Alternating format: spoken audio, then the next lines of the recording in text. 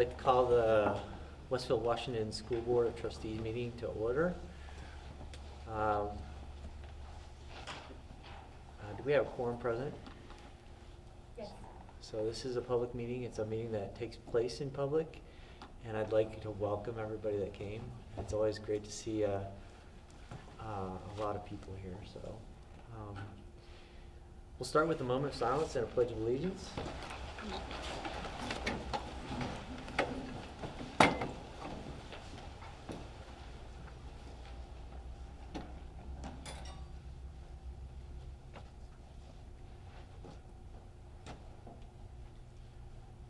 Okay, if you could join me in the Pledge of Allegiance. I pledge allegiance to the flag of the United States of America and to the republic for which it stands, one nation, under God, indivisible, with liberty and justice for all.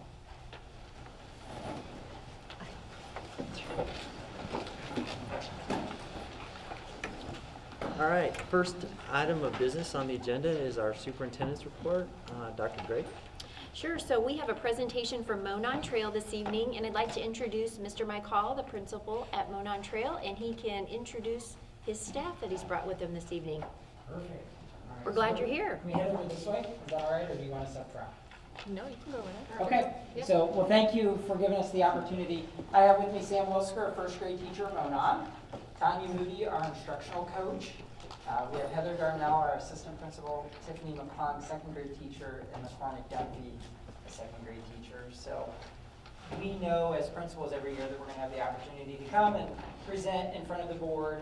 And I picked March because strategically, because I knew we were going to have the opportunity to come, and thank you guys for the opportunity to have instructional coaches in our building. You know, as a principal, I think that I'm going to have this amazing impact on teachers and do all those things, and then you quickly realize that it's really these guys that end up having an impact on each other, and we just get out of the way and help with whatever they need. So I couldn't be more proud of these three classroom teachers who took a risk, took the opportunity to grow as a professional, and work alongside Tanya, our instructional coach. So I just wanted you guys to be able to see the impact that when probably about last year at this time was maybe when the discussions were going on at this level of do we bring instructional coaches on board, what does that look like, and what impact may that have on our students. And I think you'll see that tonight. So thank you for the opportunity to present. And just remember that no significant learning happens without a significant relationship. And I think you'll see that this evening from this group. So thank you. Hi, I'm Samantha Elsker, and I teach first grade. I want to start off by thanking you for our instructional coach. It has made a huge impact this year. So I'm going to tell you a little bit about that.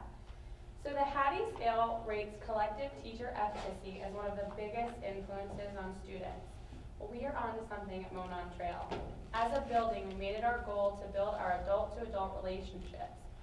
Hashtag Together is Better has become our mantra that I don't believe would have actually taken off without the support of Tanya Moody. We work in an environment where teachers are open and vulnerable for the sake of our students, adapting to their needs and strengths. As teachers, many of us feel empowered to open up our classrooms. This allows us to observe and learn from one another. And this concept has trickled down to our students, who in turn observe and learn from one another, creating more opportunities for student-led learning. This authentic relationship building has helped us not only build the system that is our grade level team, but dig into cross-grade level alignment. This builds our collective efficacy.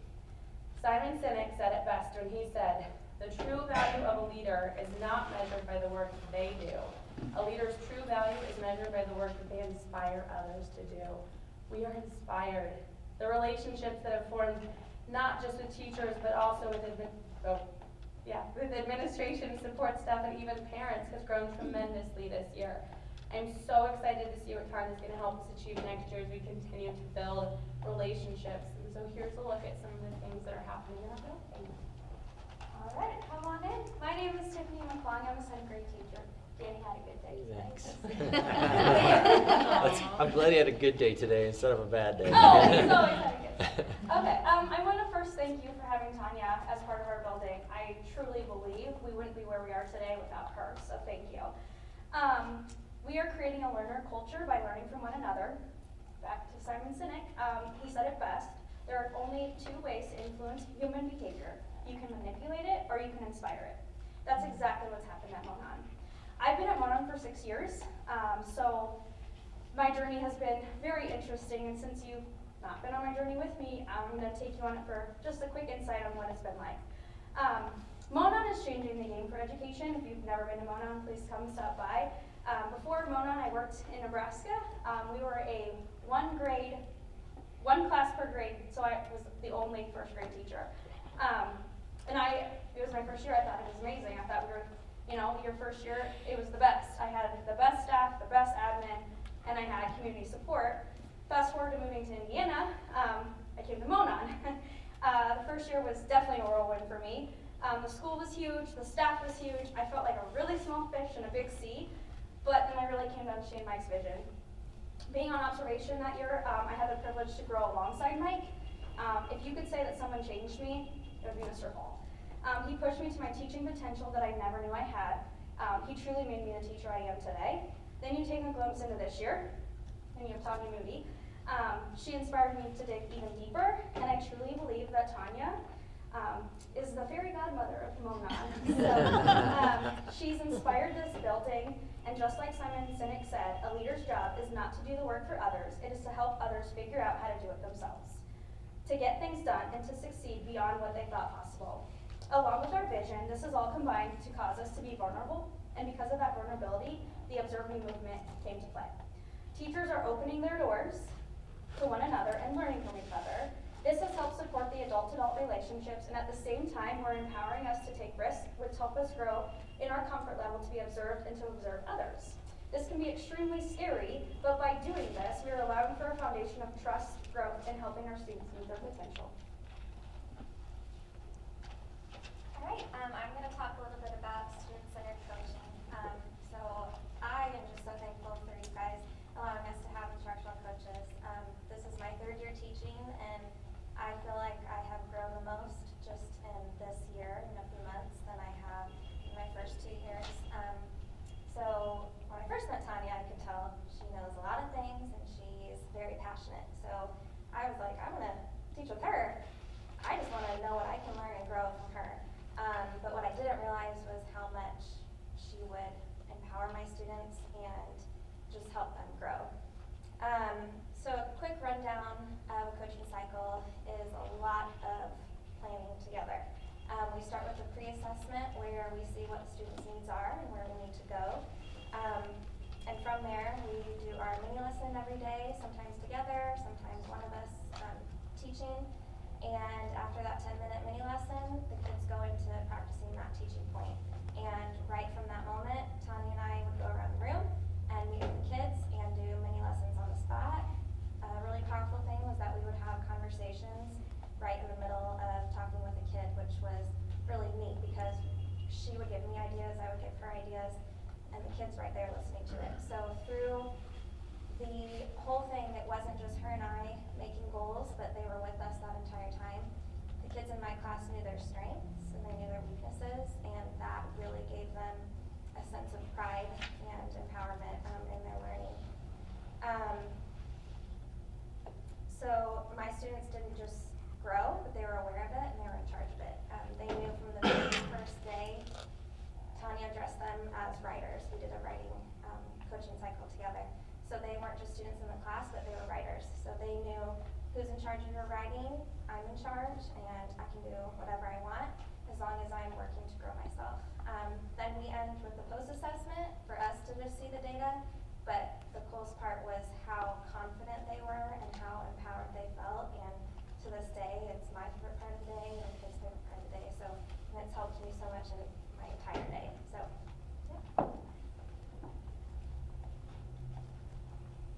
yeah. This quote sums up a lot of my personal beliefs about education, and that is that we are, as teachers, one another's best resource.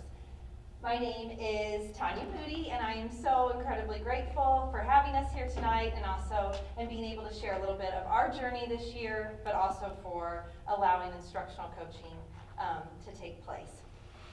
So, I am the instructional coach at Monon Trail, and Monon Trail is an exceptional building that has culturally changed through our adult-to-adult relationships with one another, specifically in the area of instruction. We know the power of collaborating and have an understanding that together is better. So why instructional coaching? By embedding professional development in the school, you have made it a priority. The idea that we are continual learners, always striving to improve our instruction, has changed the way we see not only ourselves, but also our colleagues. Partnering together in a non-evaluative format has proven to show that coaching truly is for everyone. Currently, 13 teachers at Monon Trail have participated in a student-centered coaching cycle that averages almost 260 students impacted by student-centered coaching so far this school year. 76% of classroom teachers have signed up for a student-centered coaching cycle. Growth can only happen if we continually reflect and evaluate our current practices. At Monon Trail, we are ready to lead the way on personal learning for both students and teachers. We have specific examples of our transformation and our growth, so take a minute to sort of look over many of the ways that we are changing the culture at Monon Trail. We are extremely proud of our growth and the community of learners that we are becoming every single day. At Monon, we have 468 students, we have 78 educators, and we are working 100% every day for their success. So thank you.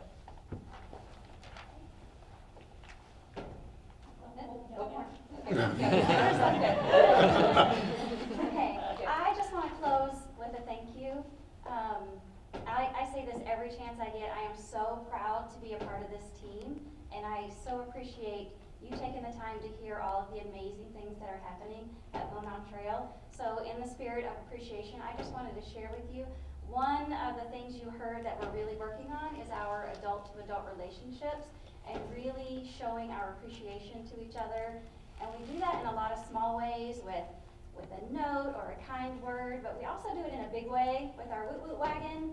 And we are fortunate to have that supplied by our PTO. They take our staff members' favorites list and they stock that for us. And so there's always something on the wagon that's important to them. And so when we really want to appreciate someone, we wheel it down and we just make a big deal about it. And really it's the message behind it of we see you, we value you, you matter. And so we wanted to share with you tonight and show our appreciation to you with our Woot Woot Wagon. So I'd like to bring it around.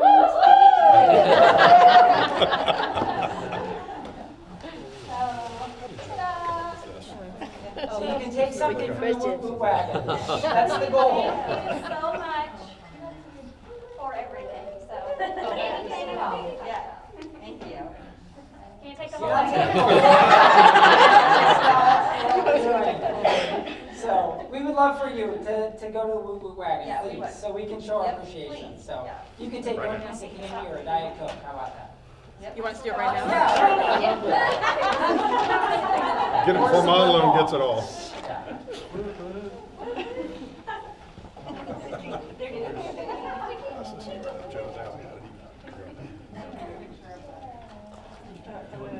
I got a picture of it.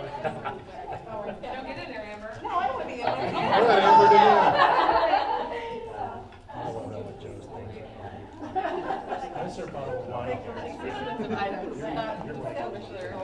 Exactly, don't take it.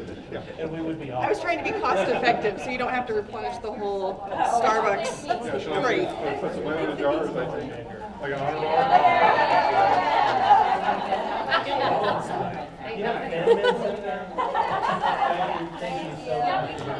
Thank you. Thanks so much. Would you look at that? I know. Just look at it. Are those lemon rocks? I know, I saw that. Brian, what'd you get? I just have to What'd you get? Good, so thank you. Thank you. Thank you. Thank you, guys.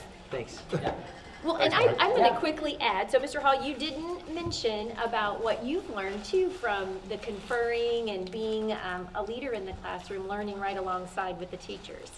Yeah, so I think one of the things that we've talked a lot about at Monon this year is just having the structure in place to really become an instructional leader.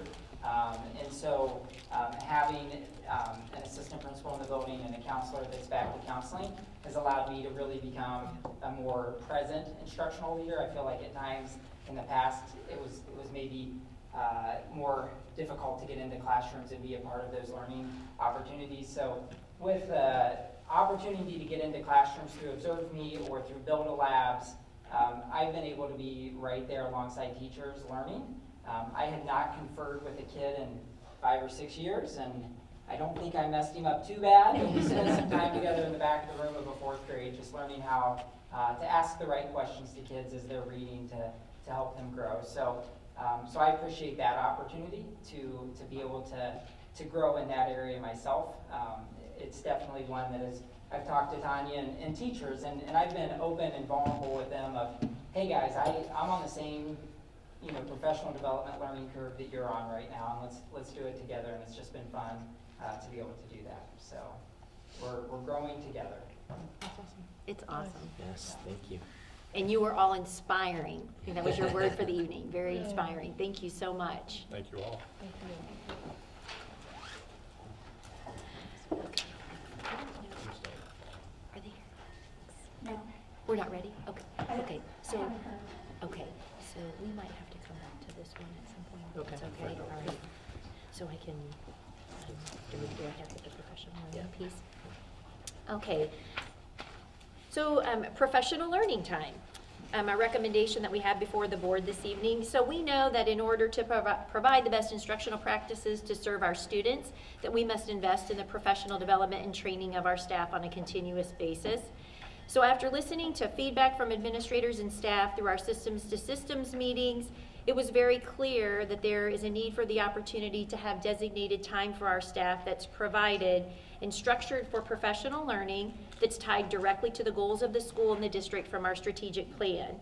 We also gathered some information from other school districts across the state who have also been involved with professional learning for a number of years and have found it to be very beneficial to professional growth and also positive outcomes for student learning. And I think our Monon teachers said it tonight. So from Hattie's research, what is the #1 impact on student learning.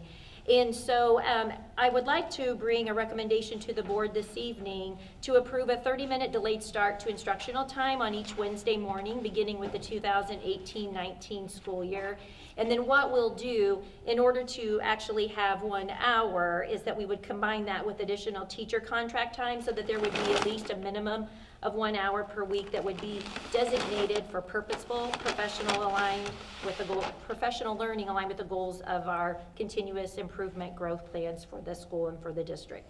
Another piece to that is, should there be a 2-hour delay on Wednesdays, then we would just not have that professional learning time. We would just go with a regular 2-hour delay. I included some of the additional information for the board from our conversations about the purpose and what would be involved with the professional learning.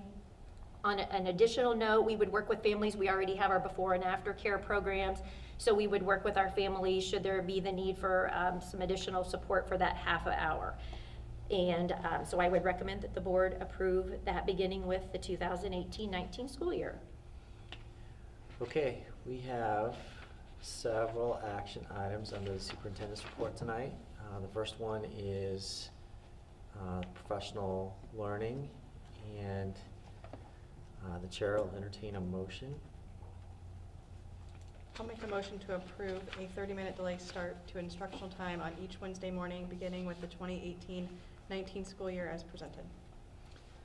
Is there a second? I'll second. It's been moved and seconded. Is there discussion about the delayed start time? Can I just say a few words? Yes. I have been part of these conversations, and while I wholeheartedly agree that this is the best way to go in finding additional professional development time, concentrated time for our teachers, I do not agree that this is the best plan to implement it, and that's all I will say. Okay, thank you. Are there any other thoughts? Okay, it's been moved and seconded. All those in favor of the motion, please signify by saying aye. Aye. Those opposed, please say aye. Aye. Let the record reflect it's been approved with a vote of 4-1. Dr. Great. Okay, calendar updates. So we already have the 2018-19 calendar approved. What I'm bringing to the board this evening is just a designation of the graduation date for the 2018-19 school year. So I would like to recommend that for the 2018-19 school year, that the graduation date be on Thursday, May 30th, 2019, and with a rain date of Saturday, June 1st in the morning. And in addition to that, I would recommend that the start times for school remain the same at each level for the 18-19 school year as they are this year. All right, thank you, Dr. Gray. The chair will entertain a motion. So moved. Is there a second? I'll second. Okay, it's been moved and seconded to adopt the 2019 graduation date and the alternative date, rain date. Is there any discussion? Go ahead. Well, I'll say I certainly appreciate the effort, and this is not to insinuate the effort hasn't been made in prior years to avoid as many conflicts as possible, but it was nice to see a enumeration of what some of those items historically, athletically specifically, that have popped up in the past, are to have those listed and to really illustrate for our purposes what exactly it is that makes this recommendation fit that calendar as best as we can make it work. So I appreciate the effort that the high school put into providing that information to come up with the recommendation. I really appreciate, and I agree with that too. Especially with some of the challenges we had this year with setting our graduation date. I think this was a thoughtful process, and I think that was included in the recommendation as well. So I appreciate that. Okay, it's been moved and seconded. All those in favor of the motion, please signify by saying aye. Aye. Are there any opposed? Okay, the motion passes 5-0. Dr. Gray.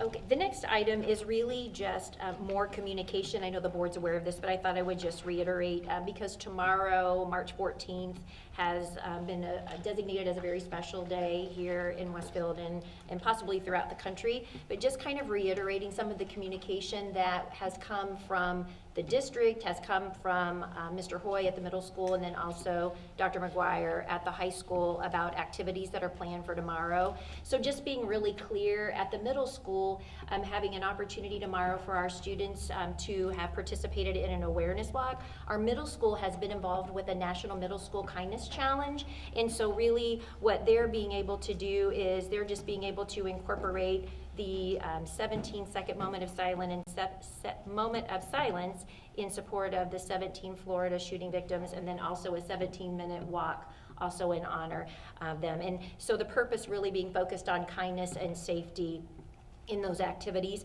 Permission slips were gathered by the middle school and the high school, so students who have turned in those permission slips as of last Friday will be able to participate in the activities. Also at the high school, they're building off of a tribute to kindness, which is really something that they've been focused on at the high school. They've been focused on really the Westfield way, helping our students really learn about being 10% kinder, 10% more accepting, 10% more compassionate. So they're going to continue to build on that. And then they will also allow students to have the opportunity with their signed permission slip to participate in an awareness walk, also outside on the track, 17 moments of silence and the 17-minute walk. We just want to say that we appreciate the very thoughtful planning of our administrators, including the voice of students in the planning for the day. We'd also like to thank our local first responders, our police, Westfield Police, who have also been a part of helping us with plan and organize tomorrow.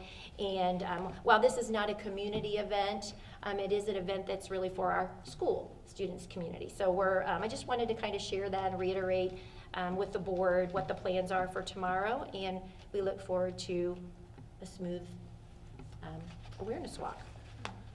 So I know you're not asking for comments, No. but I can tell you the two things that I have appreciated about the current process. One is the responsiveness of the administrators. So when I've gotten questions, I've been able to direct them to their appropriate administrator, and they have been right on with answering those questions.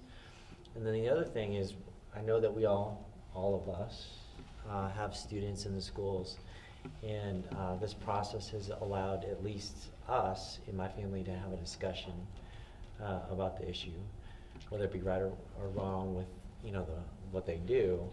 I at least promoted the idea of having a discussion, so I think it's been a really positive thing. Awesome. Thank you. And that's all for that topic. Okay, do you have one more? I have one more, and again, does not require board action, but it is, other than to, it's for us to really be able to say, we appreciate our school board members, so we've kind of designated this as our own School Board Appreciation Month, and so, I think you had, when you came in, some gifts available and some cards of appreciation from our leadership team, and we just want to say thank you for all that you do.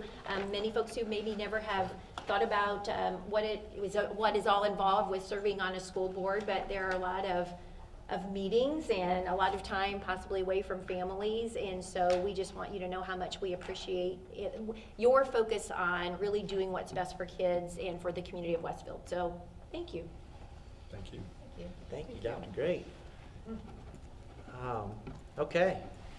Oh, that's really And positive. Are they, They're not here, okay. but I can speak just about music in our schools month. And do I get their performance time?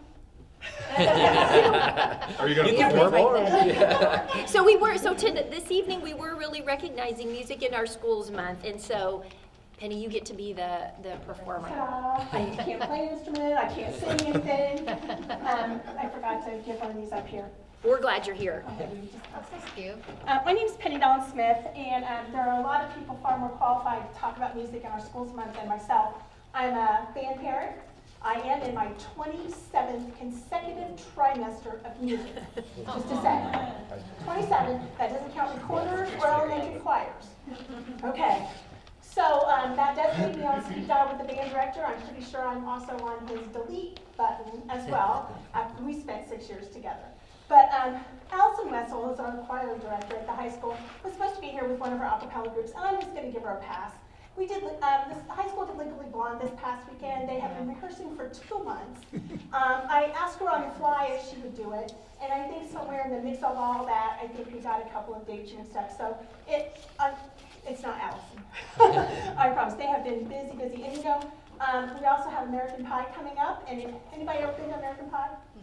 It is one of the most amazing musical tributes that you've ever seen. Now, this is how that works. When the tickets come on sale, we line up around the building at the high school, and it's first come, first served, and they sell out in about 12 minutes. It's not ran by the music department. It is ran by other teachers who are very, very invested in music, and they connect history and English language and different ways that things move about in our society, and they connect all the dots, and it's just amazing. So if you do get a chance, come stand in line with me. I'm usually there about 45 minutes early. I never miss a ticket. So that's coming up in April 26th, I think.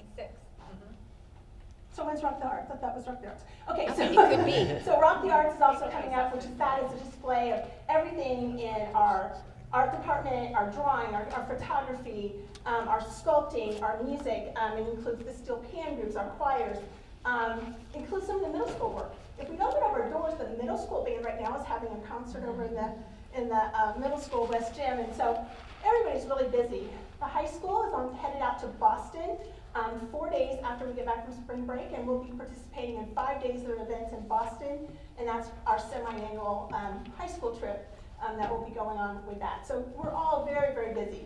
I wrote a very prolific handout, and I kept telling myself, stop, people don't like fun prep, stop, no one's gonna read this. And I just thought, every time I do this is my 5th year doing music in our schools, and every time I do it, I learn something more. And I'll be honest, I was a band kid. All I wanted for my kids was just to try marching band, just give it a shot, because it was so much fun.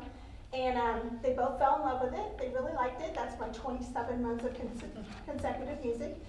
They have taken every music class there is in the high school, and I'm very proud to say that both of my children are studying to be music educators. So they will be future teachers, and I find that very exciting for them. But again, also worrisome because there is so much debate, about it. I thought the coolest thing I wrote on here, and yesterday I posted online too, was that Google recently announced that STEM wasn't at the top of their success characteristics. It was more soft skills like being able to do complex thinking, critical thinking, being able to have empathy for others, to think across complex ideas, making connections, listening well, possessing insights into others, along with creative confidence, perseverance, those kinds of things. Google all rated those higher, and those are the type of things that are the outcomes of kids who study music in a high-quality program for more than 9 months. And no matter what their socioeconomic situation is too. And I think that's the coolest thing, because when I read about struggling schools, things that would make them better, that always seems to be part of the equation, is the fact of how do you fund that, and that there's less parental and community support and things like that. But kids succeed just as well in the music programs there that they do in a wealthy or not a struggling school system. So my position is that you put everybody in music class all the time, and we won't have all the violence and issues and all that kind of stuff. That's my position. But anyway, just so you guys know, we still are working to develop our program. Building-wise, starting in May. I think part of the building process from the referendum is going to start on our end of the building. Is that still on target for May? Well, we'll be starting, the middle school and intermediate school projects begin first, Okay. and then the high school project, and that timeline is probably about 6 months follow down the road. So We're not far away Yeah, from it's all coming those up. things So happening. we'll have more room Yeah. for our rehearsals and instruments and things like that. But just so you know, we still struggle in some ways. If the concert band in the fall is having a performance and the marching band is practicing on the field, we do not have enough instruments for everyone. We have to trade instruments back and forth between the two. We still raise lots and lots of money to make, marching band is the most expensive, to put that on the field. On top of fees and on top of what school does, we still raise over $120,000 every year just to make that mostly happen. And so, again, even though we're lucky, we have so many courses in music, and I think we're getting a full-time jazz class next year.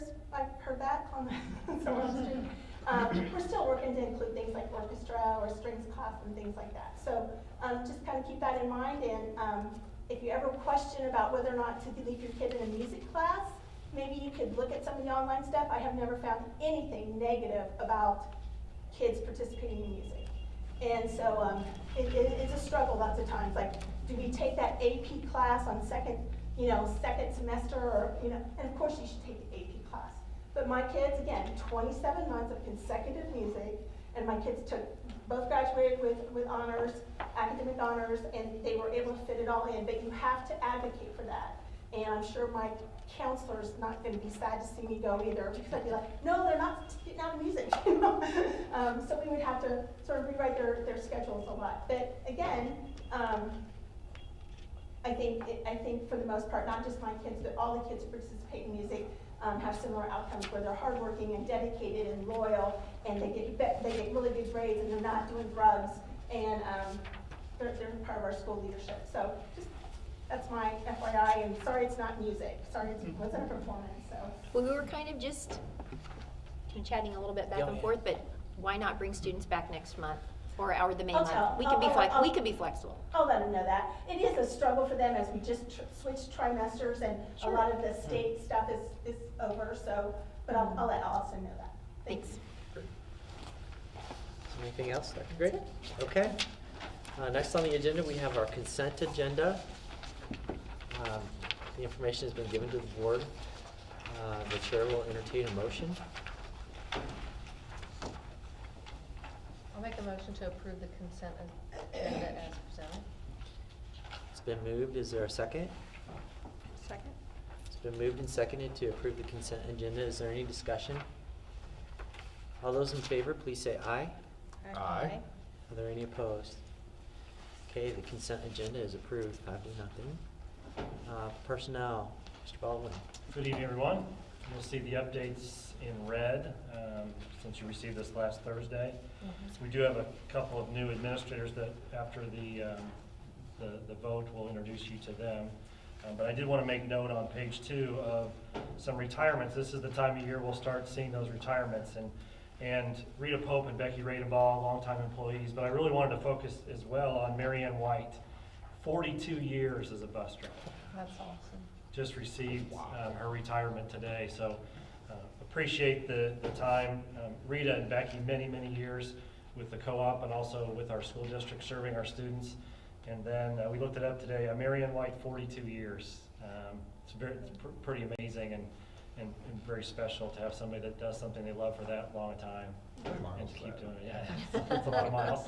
And she tells stories about this district, so I'm sure for when she might have been the only bus back in the day when she started. So again, after looking over the other corrections and any additions and any questions, I ask that you approve personnel as listed this evening. Thank you. The chair will entertain a motion for personnel. I'll move to approve personnel as listed. It's been moved. Is there a second? Second.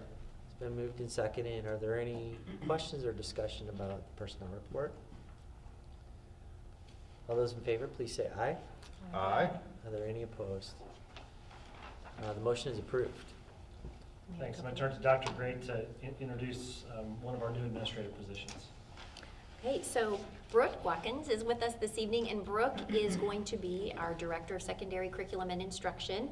And so we'd like to welcome her here. She is currently an assistant principal in Carmel Schools, and her primary roles and responsibilities have really been related to curriculum and instruction, professional development, technology integration. She is an adjunct teacher professor at Ivy Tech, and she also is a facilitator for AVID. I think she does that nationally. And so we just feel very fortunate to be offering this opportunity to Brooke, and we look forward to working with her. Yeah. Congratulations. Thank you. Welcome. Yeah. And then I'm going to introduce Doug Luce, our Assistant Principal Athletic Director at the middle school, to introduce our new Assistant Principal at Westville Middle School. Hi there. Do I come up? Yeah, you're fine. First time I've done this. So, no, I'm really excited to introduce Valerie Love as our new assistant principal at the middle school. I was fortunate last year when Molly Trambaugh, our other assistant principal, went on maternity leave, and Valerie stepped in right after spring break, and quickly she made her presence known. There's two things that I think that stick out to me with Valerie, and I'm really excited to work with her next year. And one is I quickly found out how she does such a great job with building quality relationships with kids. I mean, day one, it was evident in the cafeteria, in the hallways. She made her presence known. She was talking to students. And she was an extremely hard worker, too. That was the second thing. She was willing to do whatever was needed on the first day. So can't wait to do it every day for a full school year instead of just for a couple months. So this is about her. Thank you. And thank you for the opportunity to do that last spring. I left the high school for 7 weeks, so that had to be filled. So I appreciate the board allowing me to do that. And I'm so glad to stay a Shamrock after 9 years at the high school, and look forward to having another administrator at the middle school and addressing some of the issues that have come up as the school has grown. So thank you. Great. Thank you. Thank you.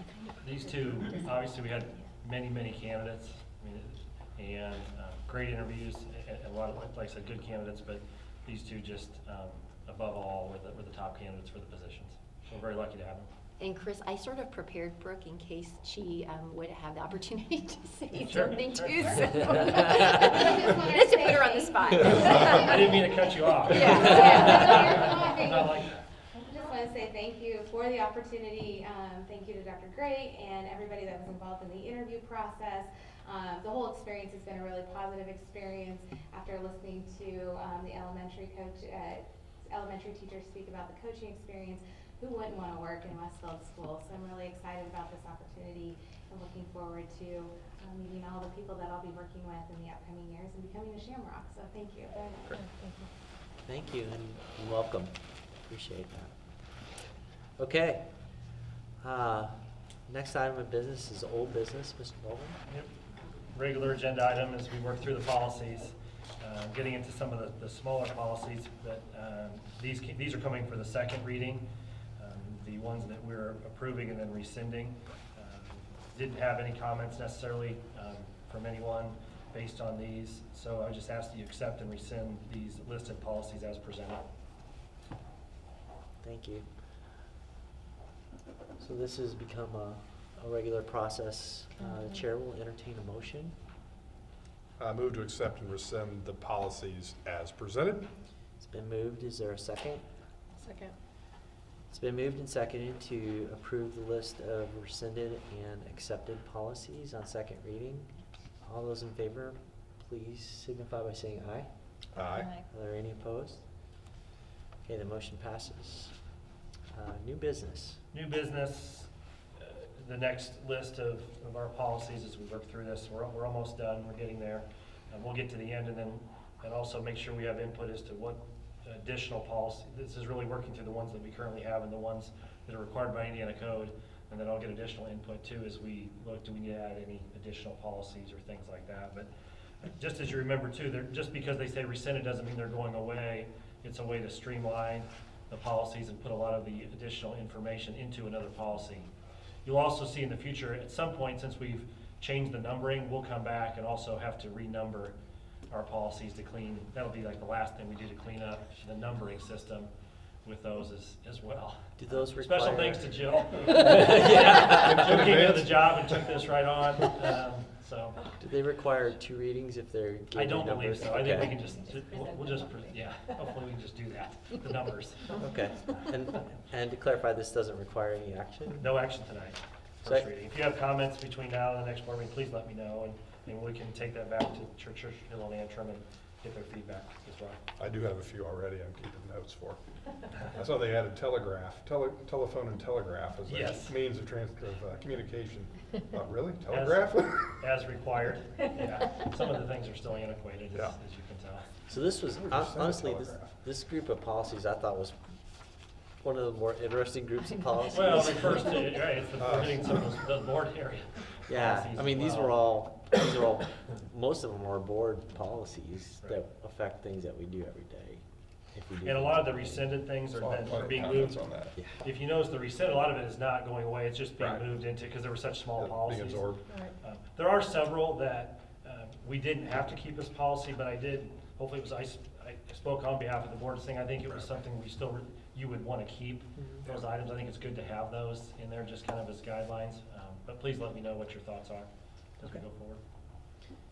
Any other thoughts or comments for Ms. Baldwin? Okay, thank you. Okay, next item on the agenda is the IDOE Digital Learning Grant from Dr. Gray. Yeah, so Lynn Schimmel was not able to be with us this evening. She's off being trained on Schoolzilla, our data warehouse, but she had some great news to share with the board in regards to the Department of Ed's Digital Learning Grant. Our school district was one of 27 schools who was awarded the Digital Learning Grant for 2017-18. It was a competitive application process, and it was awarded to schools that either have a new or a continued focus on STEM.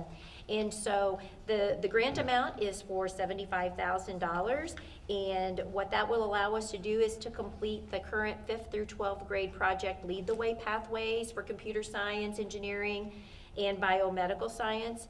By adding different modules, and Lynn has done a very nice job of outlining those for the board.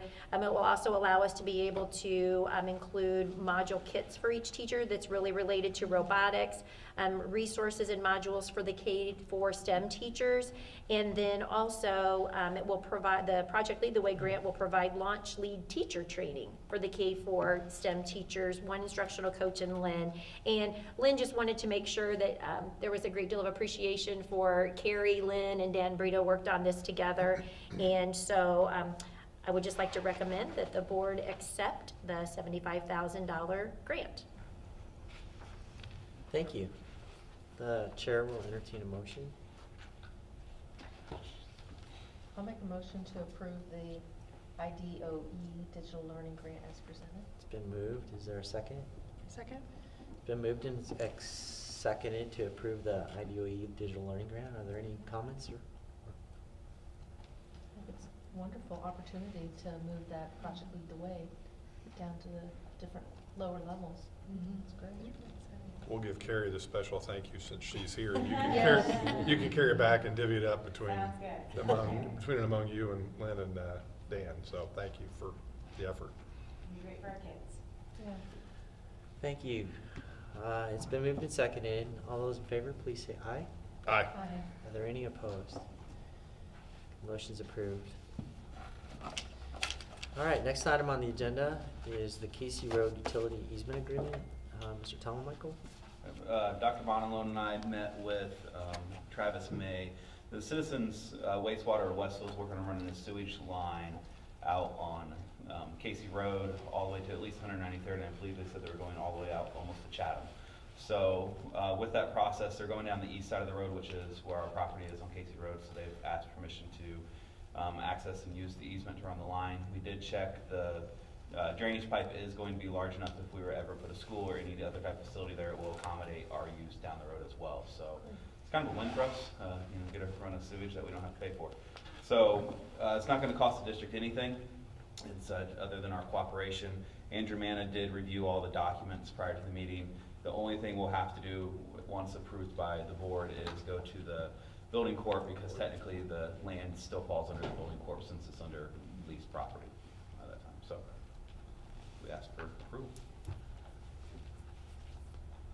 Before I ask for a motion, will the work, so I know we don't use that property significantly, will the work impede the use of the property at all? It shouldn't. I think they said they would probably start this summer, which would be after planting season. Okay. And then should be done before it's time to remove crops. Okay, thank you. All right, Chair will entertain a motion. I'll move to approve the Casey Road Utility Easement Agreement as presented. It's been moved. Is there a second? Second. It's been moved and seconded to approve the Casey Road Utility Easement Agreement. Is there any discussion? Hearing none, all those in favor, please signify by saying aye. Aye. Any opposed? Motion is approved. The Health Insurance Broker Agreement, Mr. Tom Michael. So over 2 weeks in February, the Health Insurance Committee, which is comprised of myself, Mr. Baldwin, 3 teacher union members, and then also Cindy Keeble, who's the benefits coordinator for the district. We met with 5 different health insurance broker companies to look at who could represent the district best moving forward on our health insurance side. Out of the 5, 1 was our current broker as well. Moving forward, the committee's recommended 4-0 to move forward with MJ Insurance. There is a slight cost increase compared to our old broker. We do feel like that's offset by the services that will be provided in the data analytics services as well that they offer. And then also the agreement was with the committee that we will review it in a year to make sure that the cost difference has been recognized in savings, and if not, we will go through the process again. Thank you. Are there any questions before we take any action? Who will compile the information and know whether or not there's a difference? So between the committee, once we go through renewal, will really be the kind of hard sticking point. Probably September, October, we'll just compare renewals this year, last year, look at what our total cost is moving forward. That will give us a good key as to where the cost savings is. Big piece moving forward is we don't want to just look at cost savings because maybe we had a great year on insurance claims wise. Obviously that's not, you know, representative of whoever our broker is. So we want to look at truly what's the administrative cost moving forward with the per employee per month cost with the insurance companies, and also what have analytics caused us to do with our plan, whether it's, you know, prescriptions and how we handle our prescriptions moving forward, whether we carve it out of Anthem and maybe move to a different route as well. Okay. Okay, the chair will entertain a motion. I'll make a motion to approve the health insurance broker agreement as presented. It's been moved. Is there a second? I'll second. It's been moved and seconded to approve the health insurance broker agreement as presented. Is there any other discussion? I just appreciate Brian's time to take the time to explain it further and get into the weeds a little bit to understand. process. Thank you. Other thoughts? Okay. All those in favor of the motion, please signify by saying aye. Aye. Any opposed? Okay, the motion passes. All right, we have reached that point in our agenda where we have a space on the agenda for audience comments. Are there any white cards? There's one in the audience. I Yes. think do you have a card? There's cards on the back table that you have to fill in quickly, just so we have your contact information, and then, yeah. So the way that we typically structure the open part of our meeting is this is a meeting that takes place in public, and it's great when we have public comments. We'd like you to not necessarily engage with the board. We'll all be here right after the meeting. However, this is a great time for us to hear whatever you have to say. Mr. Thurston, you're up. So I'm addressing what apparently I didn't have the agenda beforehand, but it's topic 3E, and I apologize for looking at my phone, but I didn't have time to make notes before I came in here, so I'm doing it. So Sherry, earlier this week or last, I had sent you a note and didn't expect you to actually reply to it because of the topic at hand, which is what's happening tomorrow, and the way that you guys are supporting the students and what their feelings are and the like. And I commend you for doing that. And I think having that voice, giving them that voice is incredibly important for what's going on, not just now, but has been going on for quite some time. So I thank you for that in the manner in which you guys are going about it. You're also engaging the parents and making sure that they're okay with it. I think it was pretty well thought out. So what I'm here to ask you all for is do a little bit more maybe than perhaps is what in the job description for you all. If this board addresses school safety issues, that's the base job description, but I think in order to really address these fundamental problems, we have to go beyond that. Because if we don't get real meaningful change, and I don't believe that all voices are created equal. I think your voice in particular is greater than mine because you have the power and ability to go open more doors than I do, quite frankly. And so I think I'm just asking whether or not you can do it in official capacity or not, but to do more to use your voices and as a board to say, this is what we expect and this is what we demand. As citizens with students in this community, excuse me. We can edit that out. Right there. 2 young boys, 6 and 4, and just started kindergarten. So I don't want that to happen to them. And so I'm asking for your support. Just so you know about my background, I was an officer for General Growth Properties in Chicago for a period of time, and we had, which is the nation's second largest mall company. I spent 15 years in the mall industry. We had 2 active shooter situations, one at Mall of Columbia and one in Clackamas out in New Oregon.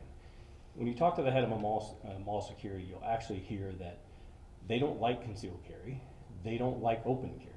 Two individuals walk into a mall in Texas with AR-15 strapped to their back, and the chaos that it actually causes in a mall situation is incredible because they have people that are freaking out about what's going to happen, and you got 2 guys trying to exercise their quote unquote what they believe is their Second Amendment right to walk into a private place with a gun strapped to their back, and they don't know when responding to the situation who is the shooter.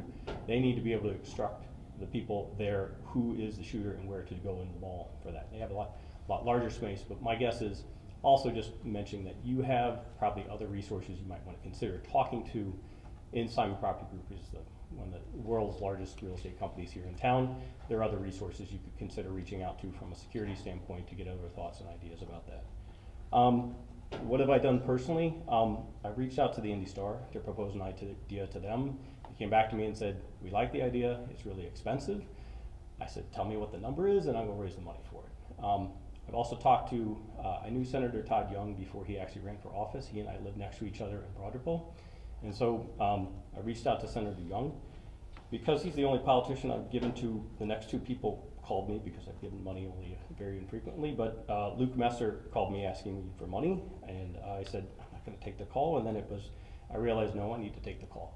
So I actually spoke to Luke Messer and expressed my views as to what I felt were my frustrations with when 65, 75, 85% of the American public support an issue and nothing happens, that you're really growing tired of that. I also spoke to Steve Braun today, who's running for Todd Rokita's space, who he's vacating to run against Joe Donnelly. Same reason I actually stepped out of a meeting today that I was in, that I had scheduled. I stepped out of the meeting to actually take the call because I saw who it was. I said, oh, wait a minute, I gotta take this call. So I told him the same thing, I told him, I'm considering whether or not I'm gonna give to him. I kinda liked his answer. He's more of a moderate Republican, but from his standpoint, I said, look, if you're not gonna take money from the NRA, then I might consider actually giving money to you. I think the other broader point is I think this is a multifaceted issue. It's not just about school security and the like. There are multiple other things than just simply addressing school security. There are multiple other things that we have to address as a community, and that's why I'm asking for your support. Because if we only address the school aspect, we won't solve the problem. We won't. And so the things you mentioned about kindness and things like that, yes, I agree with that. That how do we teach people to value human life? And I'm loath to mention at a school board my Christian faith, because I do believe in the separation of church and state, but I can't reconcile it with my belief in Jesus Christ as my Lord and Savior, and thou shalt not kill. I cannot reconcile those two things from my perspective. So for me, that's what I believe. I'm just asking for your support. Help me network. I'll help you. Let's do this together as a community. Let's get to the real solutions that matter. And I also, after talking to those three individuals at the congressional level, this is also a state issue, which actually may be the bigger problem, and addressing the state at the state level. We can work at the state level together, and that's kind of what I'm trying to work with Indy Star on, is how do we get something to put pressure at the state level to be able to take, that we as constituents have something to take to our representatives and say, at the same 65, 75, 80% support, why are you not taking action on these items? Because I think there is overwhelming support for action, and inaction is no longer an option at this period of time. We have to do something to protect the future of America as a whole, but also of our children. So I thank you for your time. Thank you very much. Ms. Colvin, Also a concerned parent who. would you mind, just so Yeah, people can hear what you say? Also just a concerned parent who really wants her kids to come home alive at the end of the day, and we are really at a precipice, I think, and it's time to take action. It's time for us to not be sitting in meetings and talking about this. It's time to show our children that we care about them enough to protect them while they're at school. It should be a basic idea that we can all get behind. And things come into play, and there's the gun conversation and there's the mental health conversation, and I don't think that so many people are ready to have those conversations, but I think we can all agree that we want our kids to be safe at school. I don't think anybody in this room or in this community would stand up and say they can't get behind that.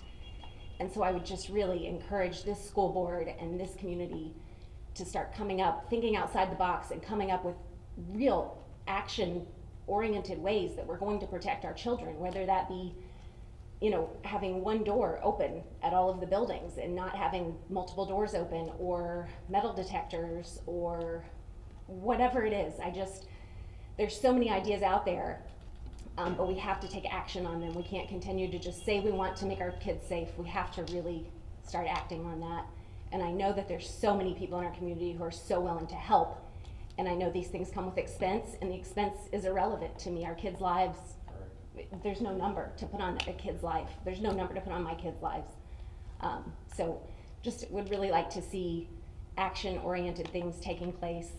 And to just kind of piggyback on that and pick a little bit, the lack of building security in the evenings really astounds me. I have kids who are in high school who are involved in athletics and in the arts programs, and at any given time after school hours, multiple doors are open. And I've had this conversation with a couple people at the high school, and I think it's something that really needs to be quickly addressed, because if we think that bad guys aren't going to come in the building after 3 o'clock, we're deceiving ourselves.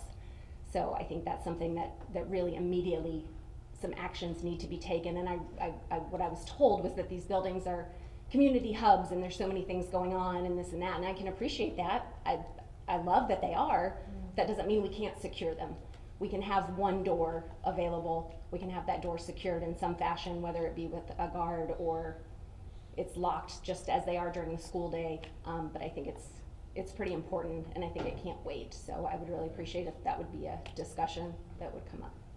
So, thank you. Thank you. Thank you. Is there anyone else that is interested in speaking? Really appreciate the thoughtful community comments tonight. Our next meeting will be April 17th, 2018 at 7 p.m. It will be a regular board meeting. The chair will entertain a motion to adjourn. So moved. It's been moved. Is it seconded? Second. It's been moved and seconded to adjourn the meeting. All those in favor, please say aye.